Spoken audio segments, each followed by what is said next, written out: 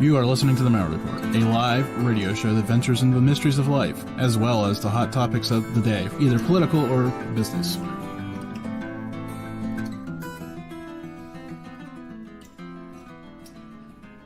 I hope everybody's staying warm. I know that that's probably the biggest issue most of you people are facing right now, as, snowgeddon? I don't know.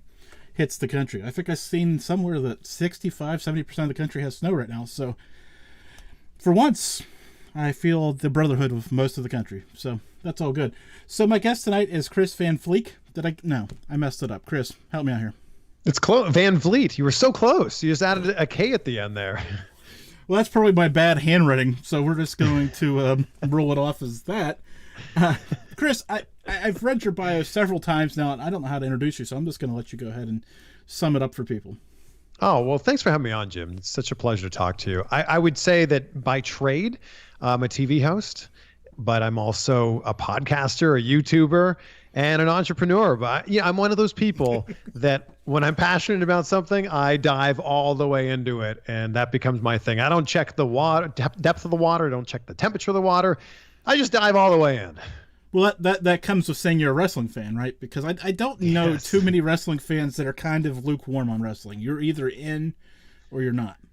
Well, you have to be, right? Because I think that there's so much wrestling that goes on every week that if you are just like, a casual fan, you're completely missing the nuances of what's going on week to week. So the funny thing about wrestling is it's kind of like that scene in Step Brothers. Did we just become best friends? Yep. Like when you learn that somebody else is a wrestling fan, you're like, oh my God, we are best friends now. We are going to be inseparable. But that could turn pretty quickly though, right? Because you have that wrestling brotherhood. If the person likes the other guy on the other side, it's over again.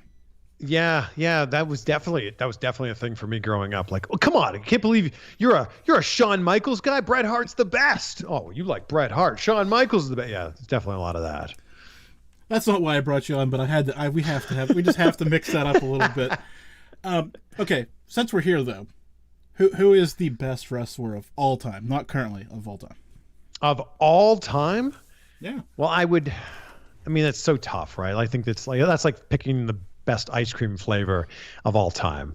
But I think that when you look at the grand scope of wrestling and when wrestling really started to take off, I think you would have to say it's Hulk Hogan, because wrestling became what it was in the 80s and then carried that momentum into the 90s and then into the NWO because of Hulk Hogan. So I think it's Vince McMahon's genius with Hulk Hogan's work ethic and look and charisma all put together. Yeah, you're right. And there are other people that you agree with more personality-wise, but to drive that sport, I call it a sport, just for all those hate people out there. Right, just for the record. But I think to drive that like it did, because it took and for those people listening, this is a great motion, the uphill vertical climb with my arm, like nobody's business, and made it mainstream, because it wasn't before Hulk Hogan. Yeah, and I think you can make an argument for a lot of different people. You can make an argument for Ric Flair. You can make an argument for Bruno Sammartino. You can make an argument in the 90s for Shawn Michaels or Bret Hart. If you want to make an argument later on in the 90s, Stone Cold Steve Austin or The Rock. But I think that all of those people would have to thank Hulk Hogan for bringing wrestling to scale, like making wrestling a nationally known thing, because before that it was like just this territory driven thing. So one more, I've said this twice now, one more wrestling question, but I gotta ask this. The last wrestler that kind of crossed over was John Cena, right? Am I missing somebody? So who's going to be kind of that yeah, kind of, but I think Cena has more of that commercial way out there appeal. Yeah. I think that arguably the three biggest names you could think about in wrestling other than Hulk Hogan, the three biggest of the current generation would be Rock, Dave Bautista, and John Cena. And the interesting thing about all three of those guys is they all kind of left wrestling behind. They kind of went, all right, I've accomplished everything I want to accomplish in wrestling. I'm going to go do this thing in Hollywood now. And all three of them are successful because they don't have one foot in wrestling and one foot in Hollywood. They kind of went, I'm done with wrestling and I'm going to go into Hollywood and, kind of go full force there. To answer your question of who's next, I think it might be Becky Lynch. I think that she has the potential to be this like huge breakout star. And it'd be interesting because we haven't seen a woman really break out, a female wrestler really break out. So I think we should keep an eye on Becky Lynch in like 5-ish years, 10-ish years. I think she has the potential to be a mega star. So let's bring this kind of back around to what you, another one of your interests, which is your YouTube and podcasting. Now we're going to get into this a little bit deeper, but what made you start wanting to do that? And then we'll dive into that a little bit more. Well, it really began with my love for broadcasting. And when I was 4 years old, I had a Fisher-Price radio with a tape recorder. Like, man, we're throwing it way back here, like cassette tapes. And I would pretend to be a radio show host. And that's where this whole thing began. And in high school, I had a communication studies class where we made the news. We made a news broadcast. And I was always the guy who loved being in front of the camera. Turned into me being the vice president of my student council. And I did the morning announcements. I hosted the talent show and I hosted the fashion show. And I just loved performing. And when it came time to pick a college major, I was like, well, that communication studies class, that was fun. So I'll study communication studies in college, not really knowing what it would really even be about. And when I was in college, I had this epiphany, Jim, and it just like hit me in my senior year. I had the best time at college, which, you know, a lot of people do. I lived with 4 of my best friends. We drank copious amounts of beer. You know, I lived the college life. And in my senior year, it just hit me one day that like, oh my God, when we graduate at the end of this year, like that's it. It's enter the real world now, like for the rest of our lives. So it was in that exact moment that I had this epiphany and decided I didn't want to hate my job. That if I was going to have to do something for the next 40 to 50 years of my life, which is crazy when you're 21 years old at the time, thinking about like the next 50 years of your life, I was just like, I don't want to be one of those people who can't enjoy Sunday because Monday is the next day. And I reached out to every radio station, every TV station in my college town and just basically said, I'm a communication studies major. I'm passionate about this. I love it. Just let me come in and see how it's done in the real world. And that's kind of where it began. I got a volunteer position at one TV station. I was on a street team at this radio station. And then this news talk radio station said, well, we don't really take on volunteers, but how would you like a job? I'm like, okay. How would I like to get paid to do what I just asked to do for free? They said it only pays $8 an hour. I'm like, well, that's $8 more than I thought I was going to make. And that's where it began in my senior year of college. Then when I graduated, an internship turned into a job. And I've just been really, really fortunate since I graduated from college to be able to work in broadcasting my entire career. And now broadcasting as we knew it back then is kind of dead. And I kind of saw the writing on the wall that people didn't turn on the TV to get their news anymore. People didn't turn on cable to watch television. And I just kind of realized that a lot of eyeballs were going to YouTube and a lot of people were listening to podcasts more than they were listening to the radio. And I just went, well, that's exactly what I've been doing my whole career, but this is just something like that we'll have our own control over. And that's really where it all came together. Now, see, that's an interesting thing for me because I know I have this traditional belief. Now, I know this is wrong. It's a stereotype like this to this degree, but there are so many people in traditional media fighting new media all the time. But it seems like you came on board willingly. Well, my YouTube channel started by accident. Actually, it's crazy. It started 10 years ago this week, and it started by accident because we were doing these interviews with, you know, some of the biggest celebrities in the world. We were doing interviews I was interviewing like Brad Pitt and George Clooney and Meryl Streep, Steven Spielberg, you know, the list goes on. When the interview was like over, we would do a 4 or 5 or 10-minute interview. We'd only air 30 seconds or a minute of it. And then I would think to myself, well, the rest of the interview was pretty good. Like, I think that other fans would appreciate it, but unfortunately, nobody's going to see it because that's how broadcasting works. So I just started taking those raw interviews and just putting them on a random YouTube channel, honestly, just as a place where they would live, like kind of like an online cloud. And that's how my YouTube channel started. And then occasionally some of these interviews would draw a whole bunch of interest from, you know, fans of that movie or fans of that band or whatever. And I just kind of went, I think there's something to this. I think it's more than just like putting my videos there as a place for them to live, but like, I think that we can then tap into like a bunch of people who never would have seen this in the first place. And I just slowly kind of started following that path. And now my YouTube channel has 95 million views and, close to 300,000 subscribers. A bunch of those views for me just trying to figure out how to say your name. Just so you know. So that number's you've probably seen a peak in the last few days. It was just me, so it's gonna come back down. So don't worry. You've got a tough last name too, You've got a random I in there for some reason. French. We'll blame the French for that. I'm not exactly sure why, but they have something to do with it, I'm sure.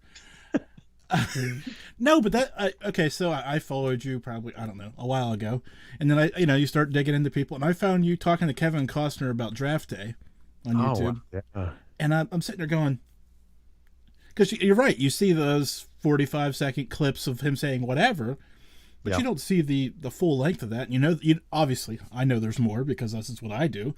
Yeah, you're hoping there's more instead of him just sitting there, but you got to I realized that there's a bunch of people doing those too. So each one of those is different. And I can't imagine then the other side of this comes out, right? I'm sitting here going, man, to be Kevin Costner and get asked 700 times in the same day about Cleveland. I can't imagine trying to look interested every time. Yeah, and I was working in Cleveland when that movie came out. I actually auditioned to be a reporter in Draft Day. So it was really cool. Like, it all came full circle when I got to see that movie at an advanced screening and then got to interview Kevin Costner for that movie and Jennifer Garner for that movie. But yeah, it's that was one of the like early on interviews that I put on my YouTube channel, where it was like, the people in Cleveland would have cared about the 30 seconds, 20 seconds that we put on TV, but it was cool to be able to put the remaining 4 minutes of that interview out there for people to see. And thank you for checking it out. Well, yeah, like I said, I could see, I see the sound bites in it. Of course, I'm horrible at doing that myself, but I see them. Sure. Of course, they're a little bit more obvious when you're talking about a film and a short. You come in with a purpose. I just come in to kind of throw stuff together for fun. Yeah. But so go through that though, because when you do those, you've got 5 minutes at most. So how are you trying to pace that? Yeah. How are you trying to pace that out? It's a great question, because I approach a podcast interview vastly different from the way I would approach a red carpet interview, and vastly different from how I would approach one of those junket interviews, which is like 4 minutes, like on the clock basically. And in those situations, usually like with that Kevin Costner example, that 4 minutes, and it's literally 4 minutes, that's it. Like, no asking questions after your time has run out. I would usually start with all right, let's start with a question that I know I can guarantee if things went terrible and like I couldn't ask any questions after this, at least we'll have this question that we can use on TV. So it's usually something about the film. Then I would go into I would try to ask maybe something that's technical, or something that I genuinely was oh, how did you film this part of it? Or your character had this relationship with this other character. How did that come together? And then if I had a question that I thought was a little bit more fun, I would usually save that for the end, kind of feel them out. Because if they weren't in a great mood, I wouldn't, do that. I asked Gerard Butler if he would give me a movie punch. And if I had walked into the room and shook his hand and said, "Hey man, you do great movie punches. Can you give me one right now?" He'd be like, "I want to actually punch you in the face because that's ridiculous." But if you warm up to them after 3.5 minutes, and then you can kind of drop that on them, we're good friends now. We've got to experience this time together, and then you can kind of set them up for that fun question. That's usually how I would break those interviews down. Now I love being able to do podcast interviews now. You've got half an hour, maybe more, to just legitimately just have a conversation with someone. And these are actual conversations, like what we're doing right now. This is actually how people communicate. Those soundbite interviews, they're just not they're so foreign. People don't really talk like that. Yeah, I was gonna say, I was sitting here thinking, now again, I put myself in Kevin's shoes. I'm like, I know you've got a job to do, and you're looking for that great soundbite. Yeah. I don't know if I could answer those questions that way. Of course, I don't talk that way, but I haven't actually tried to sell stuff that way. That's kind of what they're doing. So I guess that's kind of it's much easier to sell when you have a film coming out. Well, it's an understanding, like he has a job to do and I've got a job to do. And I think that the best interviews in those situations are when both people understand that the other person has a job to do, and they're both like kind of playing together. So what made you, obviously you got in the podcast, and is that why you wanted to do that, to explore the deeper side of this? Well, I was doing these interviews mostly with pro wrestlers, bringing it right back around to pro wrestling here.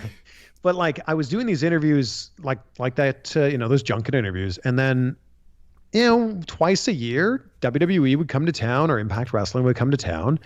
And it started with me going like, can I convince my boss to pay me to talk to a wrestler? It's like, hey, WWE's coming to town next month. Think we could have a wrestler in here? Yeah, sure. And I'm like, oh my gosh, I'm going to get paid to talk to a wrestler.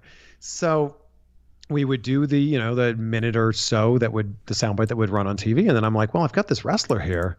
I just want to ask them questions that like I genuinely care about, like as a fan. So I would talk to them for 15 or 20 minutes.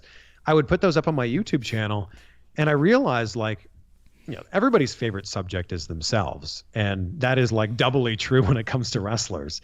So if I had a wrestler and I just like kept talking to them longer, you would just get more information. So I started like actually doing these interviews for my YouTube channel that were separate from what I was doing on the news and separate from what we were doing on the TV station.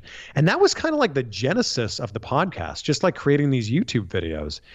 And it took me a few years to figure this out. But, when you have an interview on YouTube that's 25, 30, 45, maybe an hour long, like nobody's going to sit there on YouTube and listen to that. I mean, there are some people, but that's a long time to ask someone to have their attention on YouTube for, that extended period of time.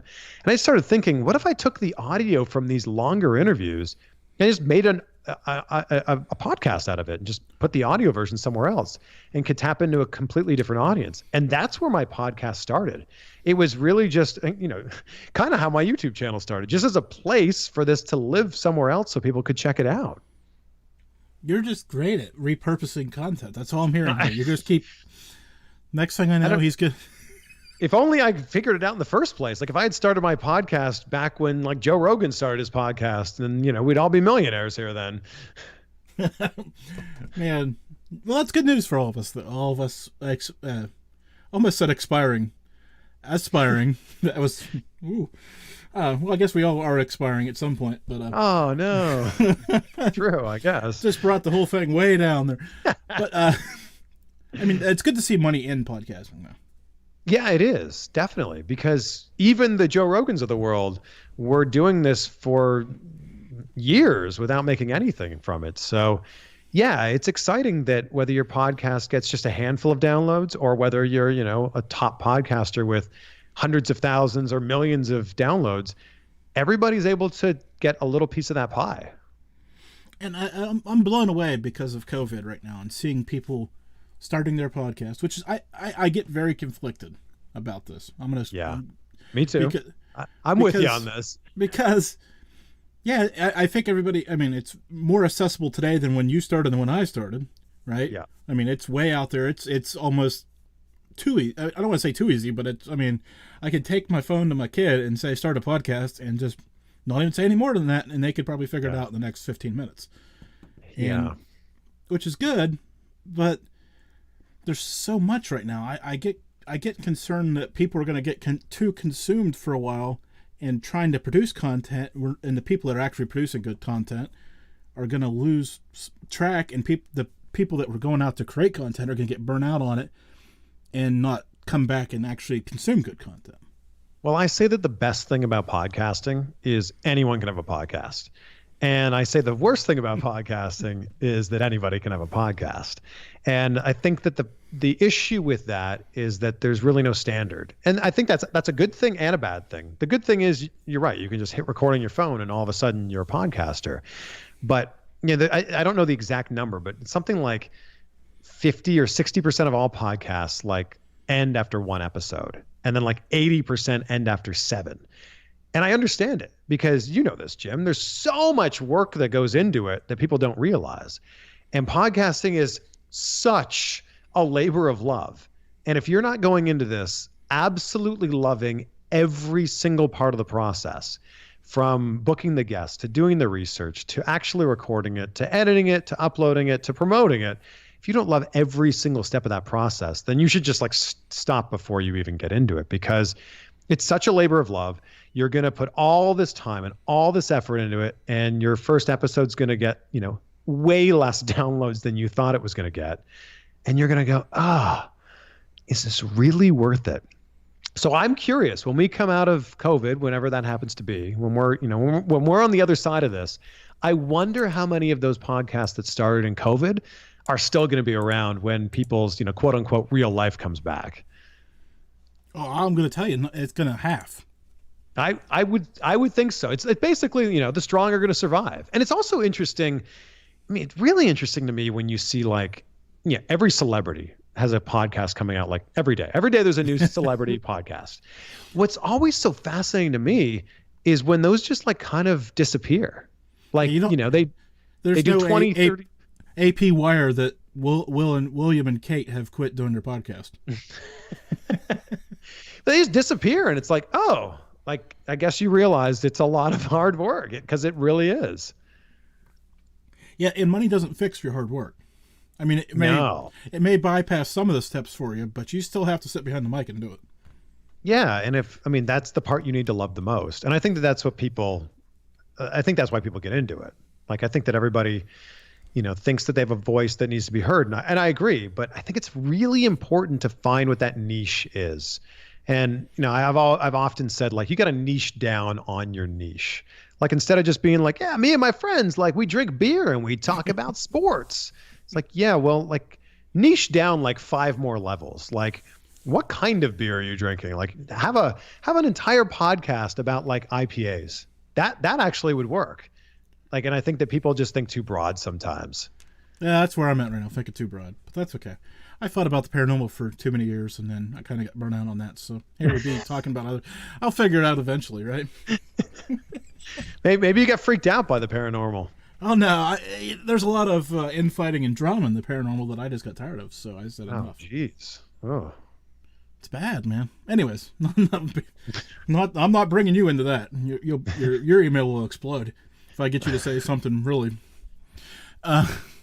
No, I'm fascinated by that world. I mean, from the outside looking in and watching documentaries, but I don't think I want to get it. The topic matter is great. Yeah.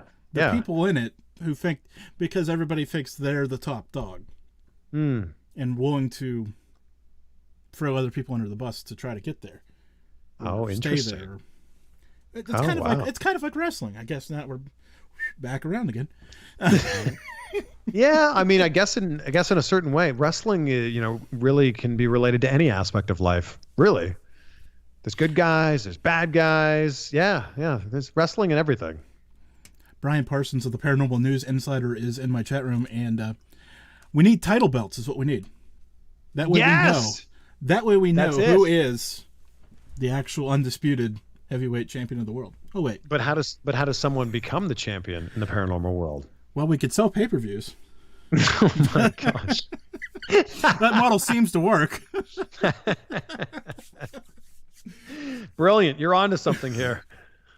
Don't shoot me, Vince McMahon. I mean, if he's listening, of course we got bigger problems if Vince is listening tonight. I'm not stealing any ideas or trying to infringe on any trademarks or anything else. Man, if Vince is listening, man, I want to interview you. Yeah, man, he would be fun.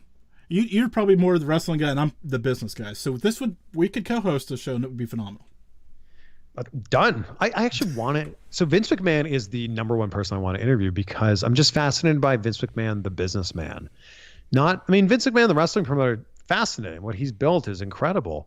But I want to know, what makes someone like that tick? Where does their drive come from? So, Vince, if you're listening, let's make this happen. Hey, stranger things have happened, right? That'd be very strange. So who's next on the list, though? Just to poke down. I want to see how far you get before we cross paths again. Because Vince is in my top probably 10. Okay. Yeah. I'm thinking I have Elon Musk and Mark Cuban up there a little bit higher. And I think that Mark Cuban's probably attainable. I think that he does a lot of press. I think that one's attainable. Elon Musk would be so fascinating. Just so fascinating. I'd also love to talk to Joe Rogan. And that's not just like because he's. Oh, you just want to go full blown nerd, right? You want to just talk podcasting the whole time. Well, I mean, sure, Joe Rogan's the top dog when it comes to podcasting, but I am actually fascinated by Joe Rogan's passions. Like, Joe Rogan's taken everything that he's passionate about and he's turned it into a job. And not just any job. He's turned it into like a very well-paying job. You know, he loves comedy. He's now, a touring comedian. Well, has been a touring comedian for like 30 years. Loves MMA. He's the color commentator for UFC. Loves hosting. He's hosted several shows. Of course, he's, known for Fear Factor. He's just a great conversationalist. Now he's the #1 podcaster. And that's what I want to talk to him about. I want to talk to him about that idea of like chasing after the things that you're passionate about. Because so many people are passionate about something and it just is nothing more than a hobby. And for him, that hobby became like a 7 and 8 and 9-figure job. Yeah, as I say, he and all these people we're talking about, Cuban, Elon Musk, Rogan, all Vince have McMahon. this. Vince McMahon have this. Yeah. Oh, what's the one word that comes to mind that strings them all together? Overwhelming passion. Yeah.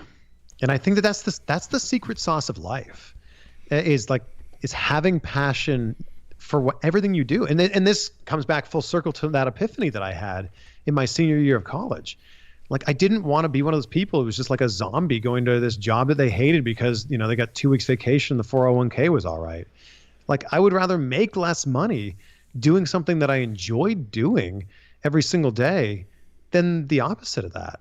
So yeah, everybody that we're going to list that would be on our list of people we want to interview all have that in common, because next on my list would be Oprah, who I've talked to briefly on a red carpet, but Oprah is just brilliant with everything that she's built. And, she came from absolutely nothing and she's grown it into this incredible empire.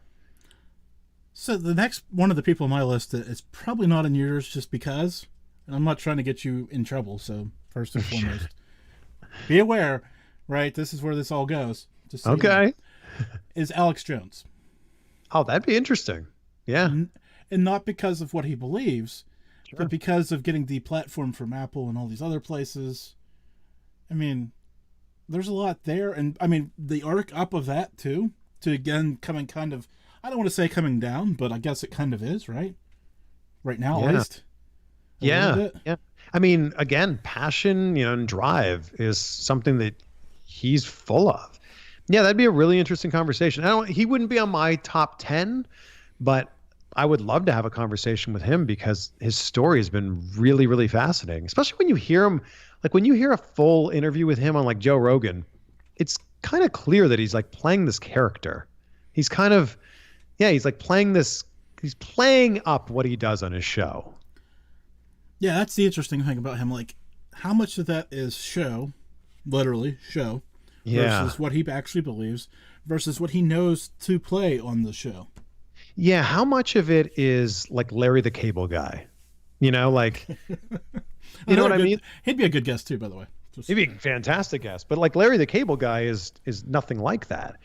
But how much of Alex Jones is like you said, how much is that what he actually believes? And how much of it is him going, if I say this, oh man, I'm really going to stir things up.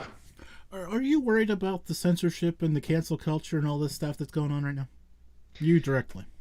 It's interesting. Yeah. And I think that the cancel culture thing is strange how this works now. It's like, and I get that, there are some terrible things that some people have said or some terrible things that some people have done, but cancel culture has turned into like the idea of just like throwing stones at someone and like, let's make sure that they can never work again or they can never show their face in public again. But I mean, don't we all have like some demons hidden? And I'm not excusing any like, homophobic things or racially insensitive things. I'm not excusing anything like that, but I'm saying like, I think we've all made some mistakes, and cancel culture is basically working on this idea that like, if you make one mistake, that's it, you're done.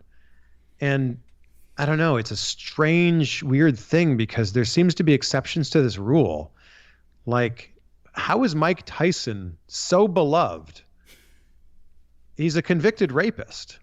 Mike Tyson is so beloved, yet if that exact same thing happened now, that person would, be completely done for the rest of their career. So it's interesting how some people get like a pass in this cancel culture. It is, and it's a phenomenal thing to watch. Yeah. I normally have this conversation about this, well, not in this point in the conversation, but the other point of this conversation I normally like to bring up is the fake news. And my listeners are tired of me saying this. When I first heard that, I thought I was in a world of trouble because I thought, well, of course, the big news, no offense to your current station and employment, and they're a big conglomerate above them. They have the money, they have the power. Well, of course, I'm being the fake news at that point, right? My perspective on that term when I first heard it. And I'm like, oh, well, I'm just done. Of course, hit and miss. If they, still kind of feel that way at times. News is like crossed over this line, and like news is no longer news. News is entertainment. And I think that it's a dangerous place to be walking when the news is the entertainment and the entertainment is also the news. Like, I feel like they should be separate, and they're not. Yeah, and in your commentary and your opinion and your slant on the news, like, I don't know if there's actual news anymore. Yeah. Yeah, I think you're right. And I think that we have a choice every day, right? We have a choice every day when we wake up what we want to focus on. We want to focus on the good things or whether we want to focus on the bad things. And a lot of the news is really, really negative, especially when we were leading into the election. And I just chose to not really pay that much attention to it. I'm also from Canada and can't vote. So it's a really nice card I can pull and go, yeah, you know what? Doesn't really, I live here. It's great. I love this country, but I can't vote. So I don't know if I really, I don't know if it really matters for me to have an opinion on this if I can't even cast my vote and cast my opinion on election day. Yeah, well, I mean, it's a good place to be for you. Of course, for the rest of us, it's just so angry anymore. That's the only word I could put on it. Yeah, it's definitely, it's different. Yeah, it's definitely different. I'm curious how this is going to either evolve or devolve over the next 4 years, and then the next 4 after that, and so on and so on and so on. I hope evolve is the one we go with, because devolving just, scares me sheetless. Sheetless. No sheets. Okay, so back to podcast and YouTube and all these other things for a minute. Now, I know you've talked to a world number of people. We've kind of ran through them. I'm not going to ask you who your favorite person to talk to is, because I know that's ridiculous. If you asked me, I'd sit here and stammer and stutter. But it's The Rock. It's The Rock. But he's my favorite. Yeah. But is there a moment or a reality, like kind of that awestruck moment, or maybe something really funny, or I don't know, just a moment that kind of, when somebody says, when you were talking about whatever, there's always this moment that comes back to you? There's one, yeah. There's definitely one there's two actually. There's two that really come back to me. And one was the first time I covered the Oscars. And that's the mecca of entertainment. That's the biggest night in entertainment. And to be able to cover that, to be able to be on that iconic red carpet and just stand there for a minute and just take it in, that was a really, really cool moment. And then, the chaos that is the Oscars red carpet unfolds after that, where they literally tape off an 18-inch wide spot that you have to stand in and you can't move from. And I get it. There's hundreds of reporters. They can't just have people walking around willy-nilly.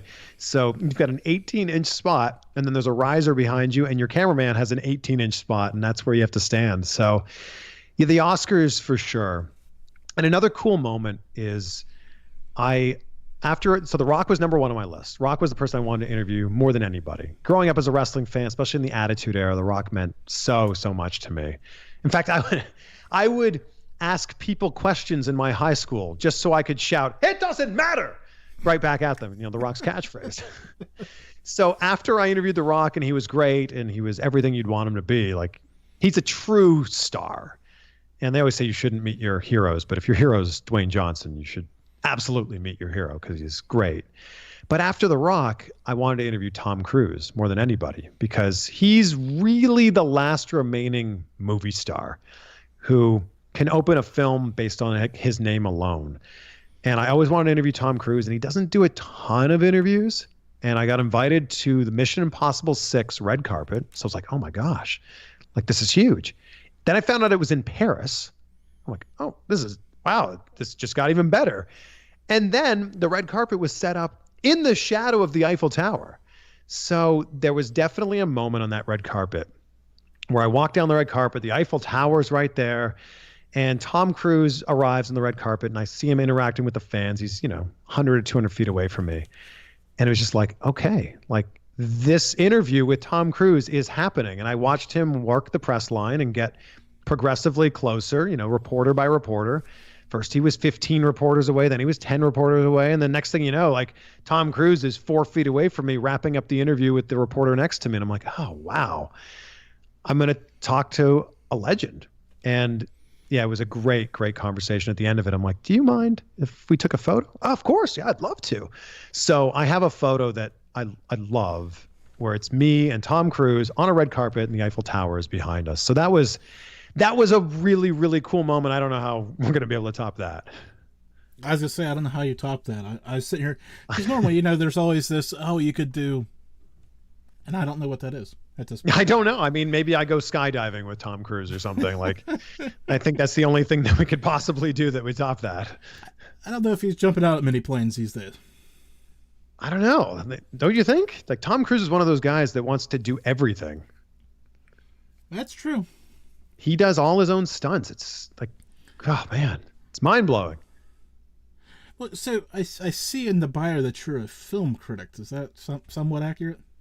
Yeah. I'm a member of the Broadcast Film Critics Association. I've voted on the Critics' Choice Awards for the last 8 years.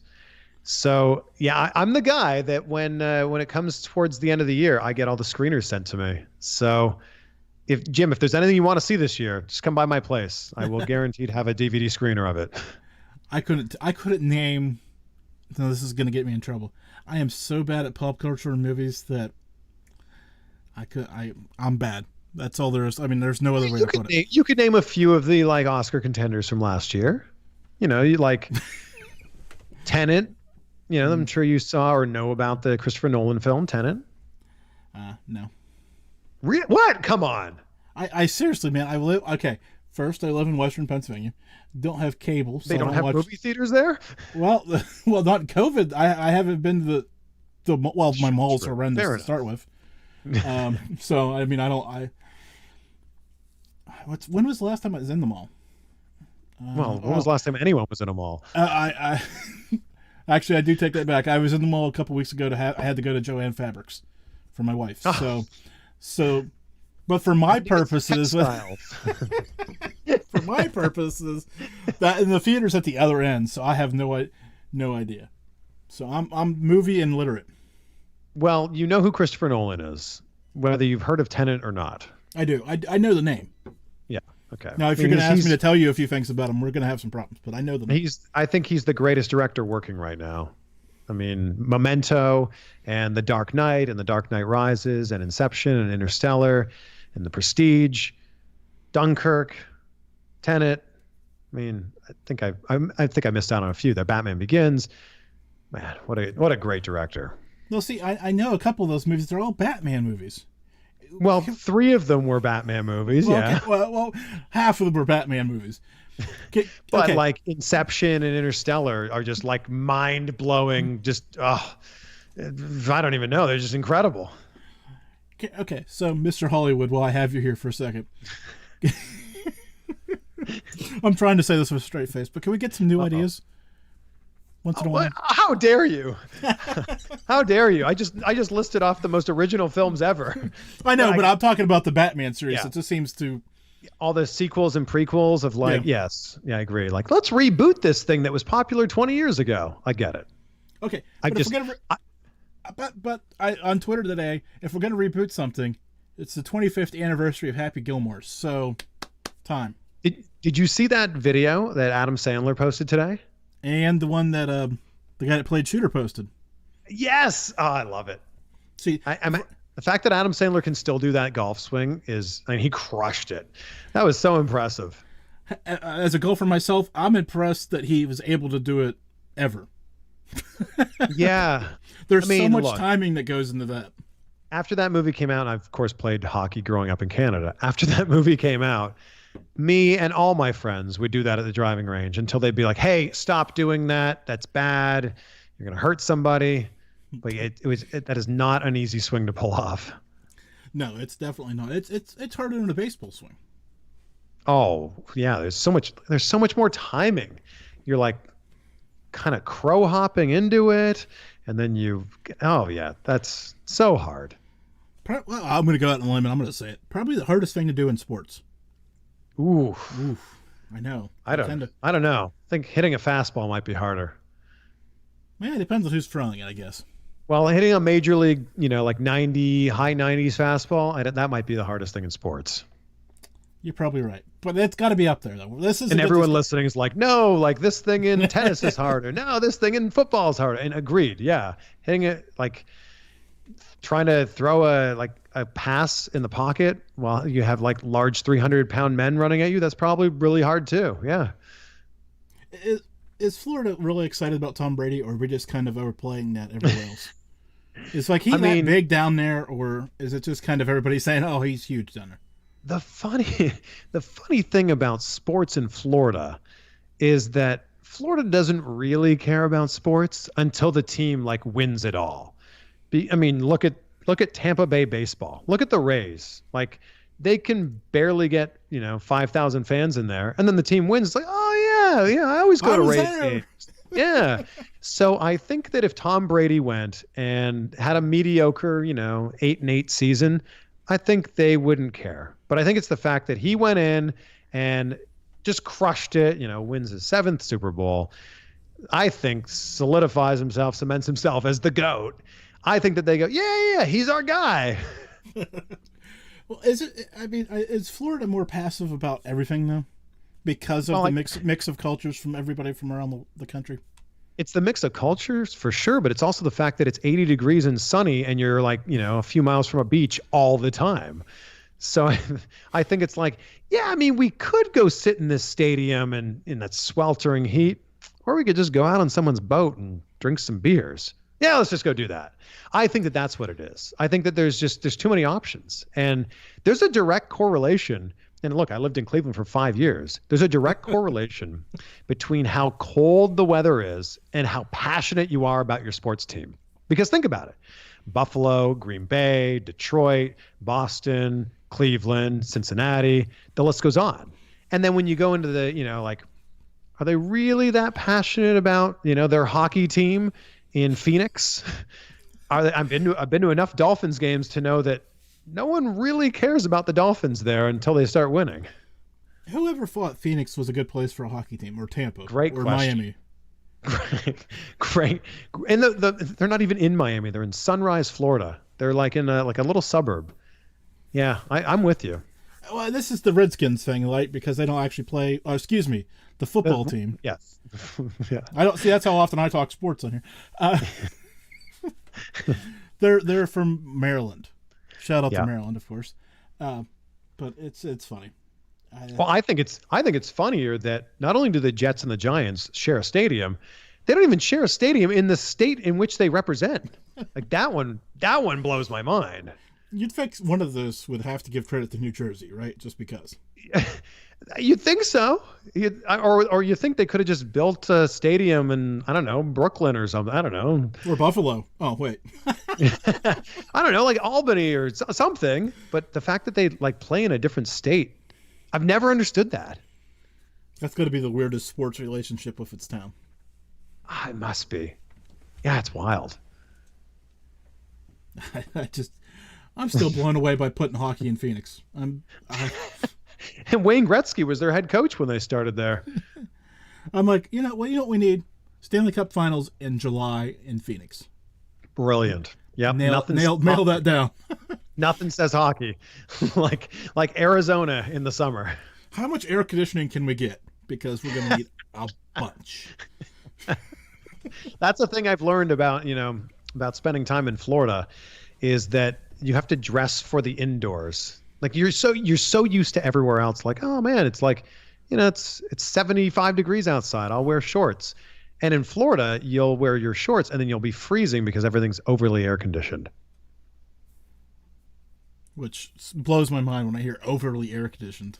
Oh, it's wild. It's the weirdest thing to to leave a restaurant at night and it's hotter like outside than it was where you just came from. Like that's such a wild thing. I'll never get used to that. Yeah, it's phenomenal to think about. So, so you've been doing the YouTube thing. It's kind of spun off to the podcast. So where's this all going for you? I mean, you've got the original job, which I'm sure you're trying to keep going as well. How does that? Where's the digital media side of you going? My passion is still in TV hosting, and I think that even if I dabble in podcasting and dabble in YouTube, I think that there's still something to be said about like having that line on your resume or having that line in your bio where it's like this person hosts, this show on this channel that you've heard of or the station that you've heard of. And I think that like bring it back to Joe Rogan, like if he was just the podcasting guy when he started out, I don't know if that would have worked as much as him going, oh yeah, he hosted Fear Factor for all those years, or he was on news radio.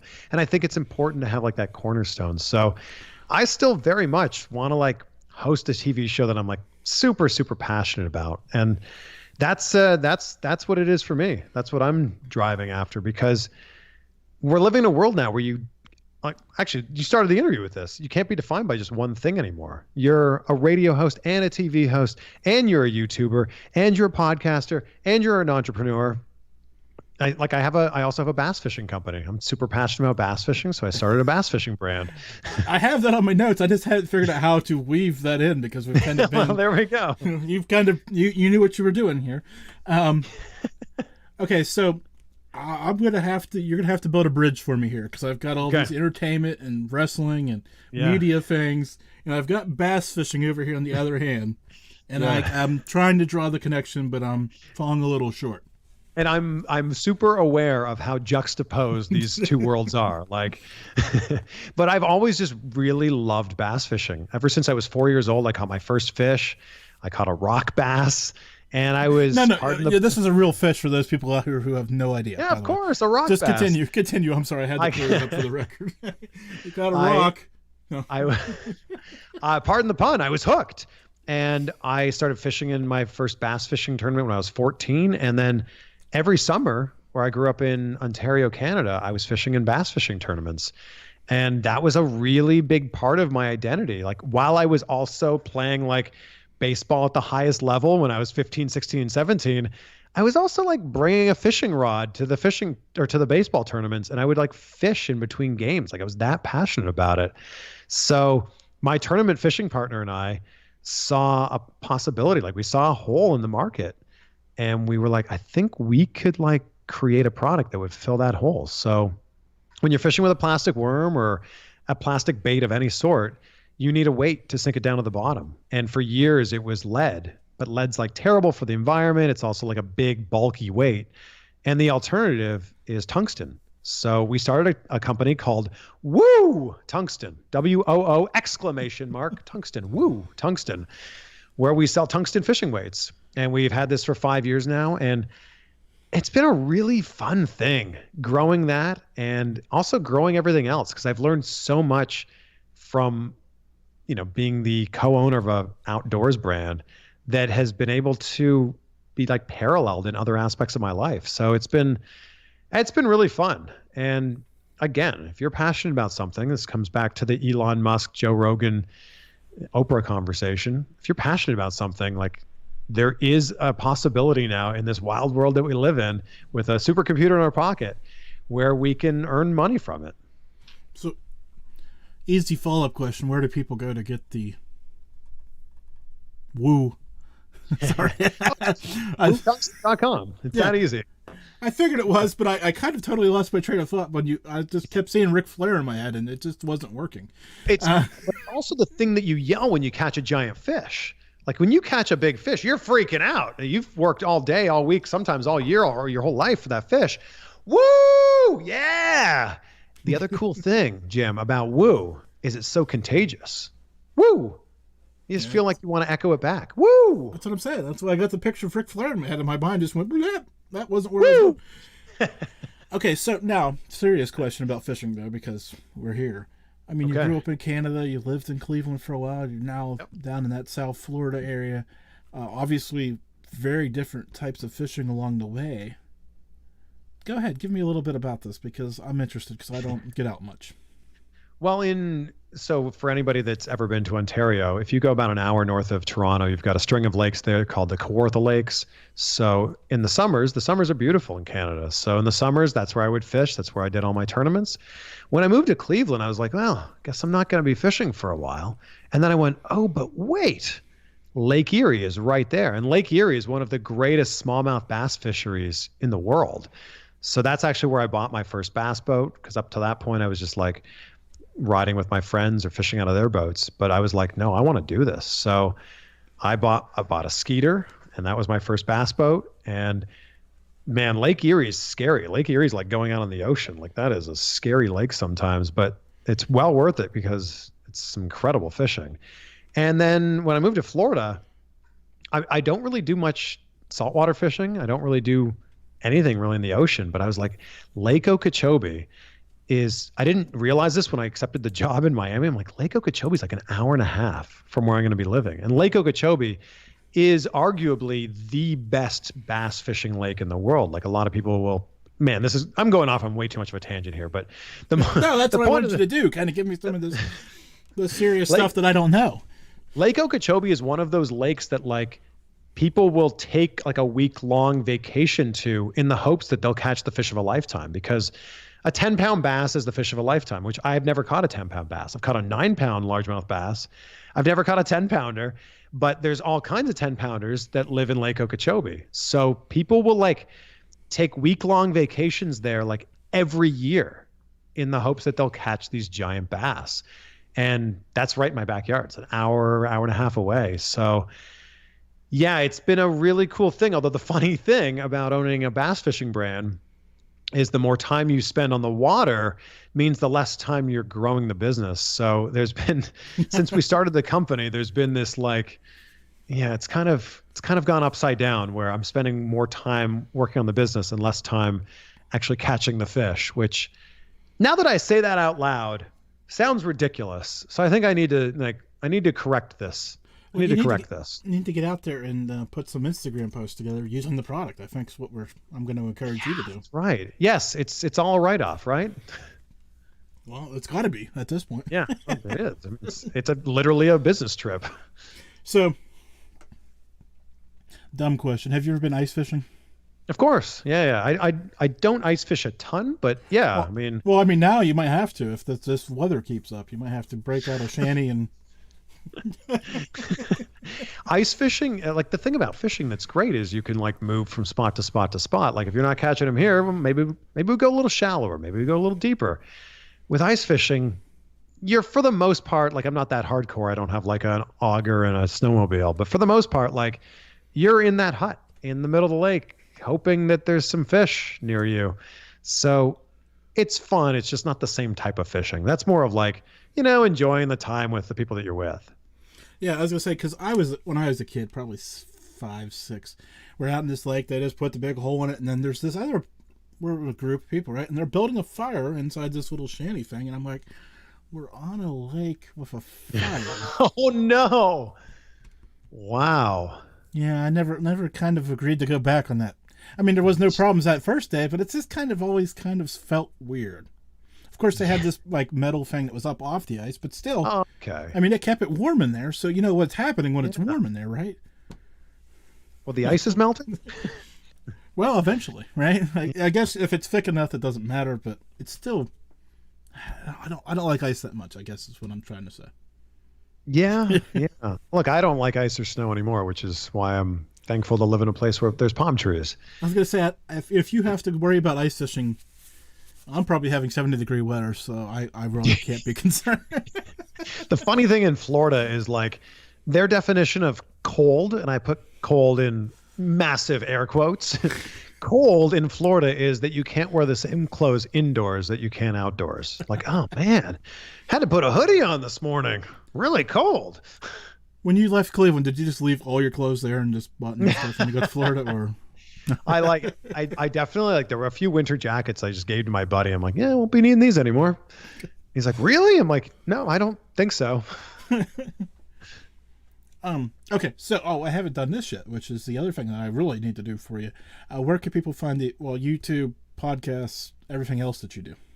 Oh, so it's just Chris Van Vliet, VanVliet, and that's on Instagram, Twitter, YouTube. My podcast is called Insight with Chris Van Vliet. So wherever you listen to this, I'm sure you can go and find it. Yeah, and if you can't, look harder. Yeah, that's right. Yeah, you probably did this at one time, right? Where you tried to read all those apps, and then it got to be like you're reading the phone book. Oh, geez, yeah, no. You never did that.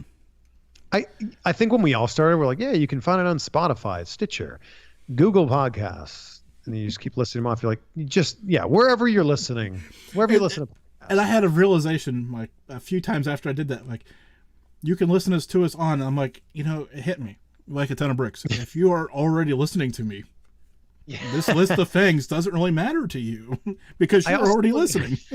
I also looked at like the numbers, and I was like, whether you have an iPhone or not, Apple Podcasts is the number one place where most people listen to podcasts. That's just the way it is. Those are the numbers. So I was like, why am I listing off like all these other ones when like less than 1% of the audience is listening on those platforms? Yeah, shout out to the person listening to me on Spotify. Right. Like I can see 70% of people are listening on Apple Podcasts, but shout out to the 3 people on Castbox. And shout out to everyone that's listening on Podbean and Overcast. Like, great. No, it's awesome that those exist, and that's really cool. But I understand that most people are listening on Apple Podcasts. I'm just appreciative that you're actually saying Apple Podcasts because I refer to it as iTunes. So, well, we can get in our time machines and go back in time, and we can call it that if you'd like.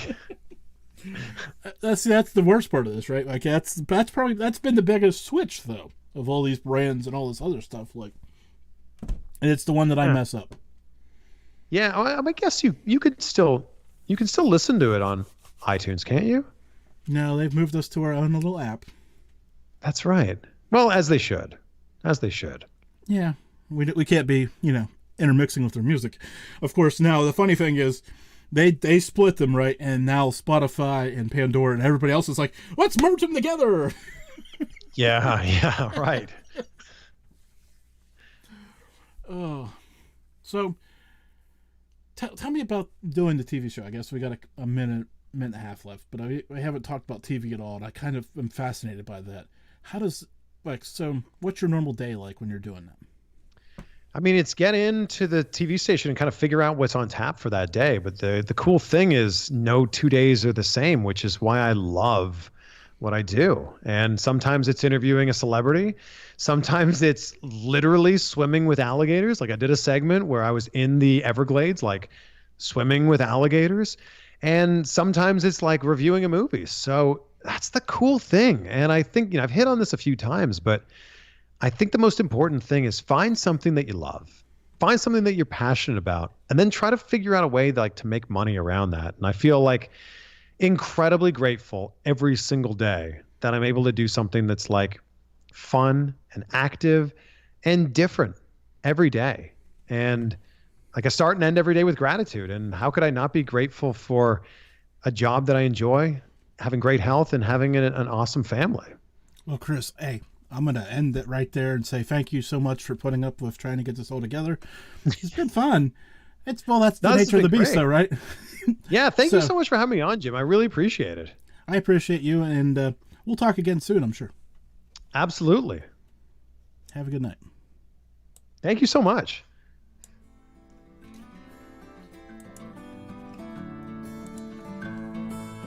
Thank you for listening to this episode of the Malliard Report. Stay tuned for details on saving money at the Duck Pond Shop.